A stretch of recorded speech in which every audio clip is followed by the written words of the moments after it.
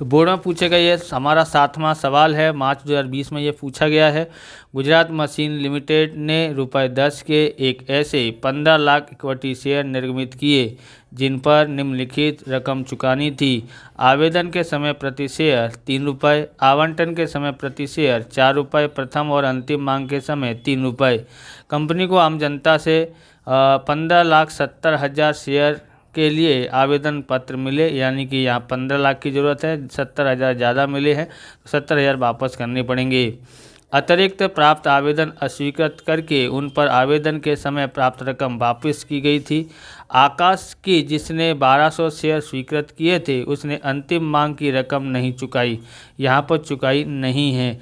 Company ने जिन शेयरों पर मांग बाकी थी उन शेयरों को जब्त कर लिए। जब्त किए गए सभी शेयर अधिक से अधिक बट्टा देकर प्रकाशित किए। तो अधिक से अधिक बट्टा कितना दे सकता है, तो सवाल सोल्व करेंगे तब हमको पता पड़ेगा।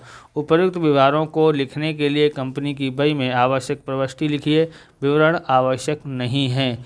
चलिए इसको सॉल्यूशन करते हैं। तो सबसे पहले हम लोग आवेदन का करेंगे। आवेदन के पैसे सबसे पहले मिलते हैं तो क्या होगा, बैंक में पैसे आएंगे तो बैंक खाता उधार आता है। बैंक खाता उधार कितने शेयरों पे मिले हैं, तो है 15,70,000 शेयर हैं, बराबर। आवेदन का भाव कितना है, ₹3।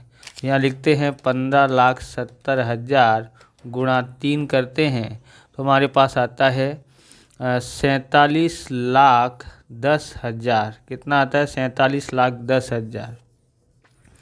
किसके पैसे आए हैं, इक्विटी शेयर आवेदन के आए हैं। इक्विटी शेयर आवेदन खाते का कितना है, 47,10,000। ओके, विवरण लिख के छोड़ दो, इतना भी जगह नहीं छोड़ोगे तो भी चलेगा। दूसरा देखते हैं। अब हमको इसको पूंजी खाते ले जाना है, बराबर। तो ये खाता क्या हो जाएगा, उधार। तो यहाँ लिखेंगे इक्विटी शेयर आवेदन खाता उधार 47,10,000। ओके, और लिखेंगे इक्विटी शेयर पूंजी खाते का, बराबर। 15 लाख शेयर लेके जाएंगे 3 के भाव से। 15 × 45, 45 लाख पूंजी खाते में जाएगा। वो जो है बैंक खाता वापस करना पड़ेगा, जो एक्स्ट्रा आवेदन मिले उसका। तो बैंक खाते का कितने वापस करने पड़ेंगे, 70,000 शेयर हो। कीमत कितनी है, 3। तो 2,10,000 आता है। ओके, विवरण लिख के छोड़ देते हैं। अब किसके पैसे मंगाए जाएंगे, आवंटन के। किसके मंगाए जाएंगे, आवंटन के मंगाते हैं, बराबर। तो क्या होगा, जिसके मंगाते हो खाता उधार, तो आवंटन को मंगाएंगे तो इसलिए इक्विटी शेयर आवंटन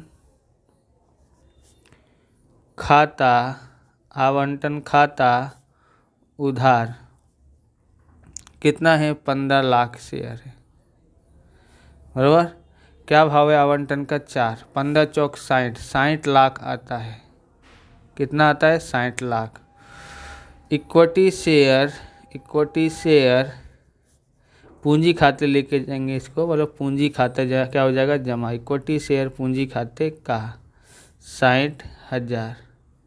60 लाख, सॉरी। ओके, विवरण लिख के छोड़ देते हैं इस तरह से। ओके, चौथा। अब आवंटन के पैसे मिलेंगे इसलिए लिखेंगे बैंक खाता उधार। आप बैंक में पैसा आएगा तो बैंक खाता उधार कितना है, तो ये है 15 लाख शेयर सब ने भरे हैं। ओके, इसलिए ₹4 के भाव से 60 लाख। ओके, किसके मिले हैं, आवंटन के, इसलिए इक्विटी शेयर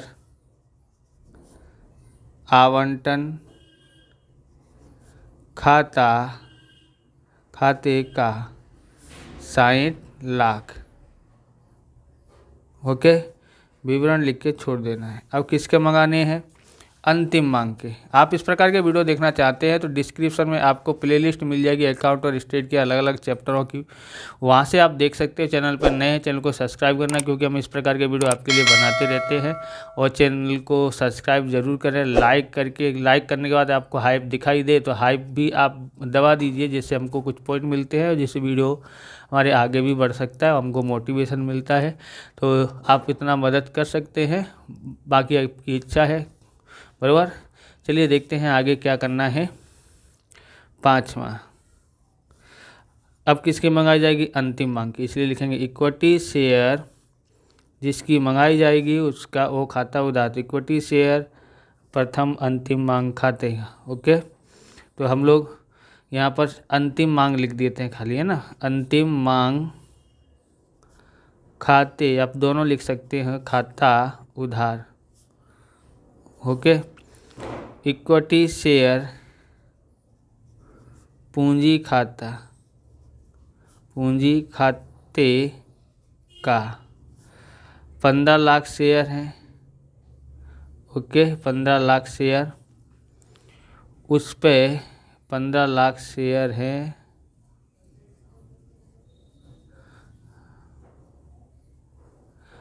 गुणा किससे करते हैं? 3 से। ओके, यहाँ उधार लिख देते हैं, तो 15 × 45, 45 लाख आ जाता है। ओके, यहाँ भी 45 लाख के विवरण लिखकर छोड़ देते हैं।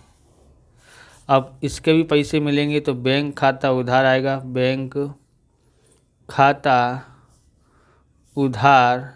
लेकिन ध्यान रखना है, जो आकाश था उसने जो है क्या नहीं किए हैं, 1200 शेयर दिए नहीं हैं। तो 15 लाख में से 1200 घटाते हैं तो हमारे पास कितना आता है? 14,98,000 आता है, 14,98,800 आता है।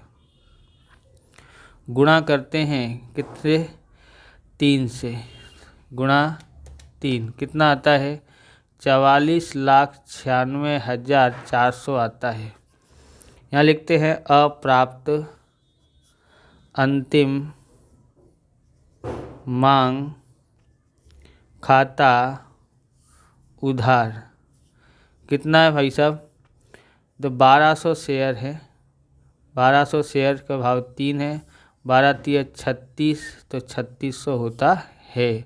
ओके, तो अब हम लोग क्या करेंगे, ये जो खाता था ये जमा हो जाएगा, इसके पैसे मिले हैं इसके लिए। तो इक्विटी शेयर अंतिम मांग खाते का, अंतिम मांग यहाँ पर आएगा मांग खाते का कितना था? 45 लाख था। ओके, विवरण लिख के छोड़ देते हैं। अब यहाँ पर जो है 1200 शेयर जब्त करेंगे, तो जब्त करेंगे, उसकी एंट्री करेंगे, 7वीं एंट्री। तो क्या आता है यहाँ पर जब्त करते हैं तो इक्विटी शेयर पूंजी खाता, इक्विटी शेयर पूंजी खाता उधार आता है। तो कितने शेयर जब्त किए हैं? 1200 शेयर जब्त करे हैं। तो 1200 गुणा 10 के भाव से होता है, मूल कीमत 10 है तो 12,000 आ जाता है। ओके, अब शेयर जब्ती का लिखते हैं, शेयर जब्ती खाते क्या आएगा? जमा का 1200। अब इसने कितना कितना भर दिया है? तो एक तो देखोगे आवेदन का इसने भरा है 3 और आवंटन का भरा है 4, तो कितना हो गया? 7 के भाव से। तो कितना होता है? 12 × 7 = 84, 12 × 7 = 84, तो कितना हुआ? 8,400 होगा। ओके, अब हम लोग क्या करते हैं, यहाँ पर किसका नहीं भरा है? तो इक्विटी शेयर अंतिम मांग खाते का 1200 शेयर हैं, अंतिम मांग की कितनी कीमत है? 3, तो 12 × 3 = 36 होता है, 3600 उसने भरे नहीं हैं अंतिम मांग के, बराबर। अब हम लोग यहाँ क्या करते हैं, विवरण लिख के छोड़ देते हैं। अगला क्या होगा एंट्री, अगली एंट्री होगी जब्त कर लिया। अब प्रकाशित करेंगे, प्रकाशित करेंगे तो बैंक से पैसा आएगा, इसलिए बैंक खाता आएगा उधार, बैंक खाता उधार।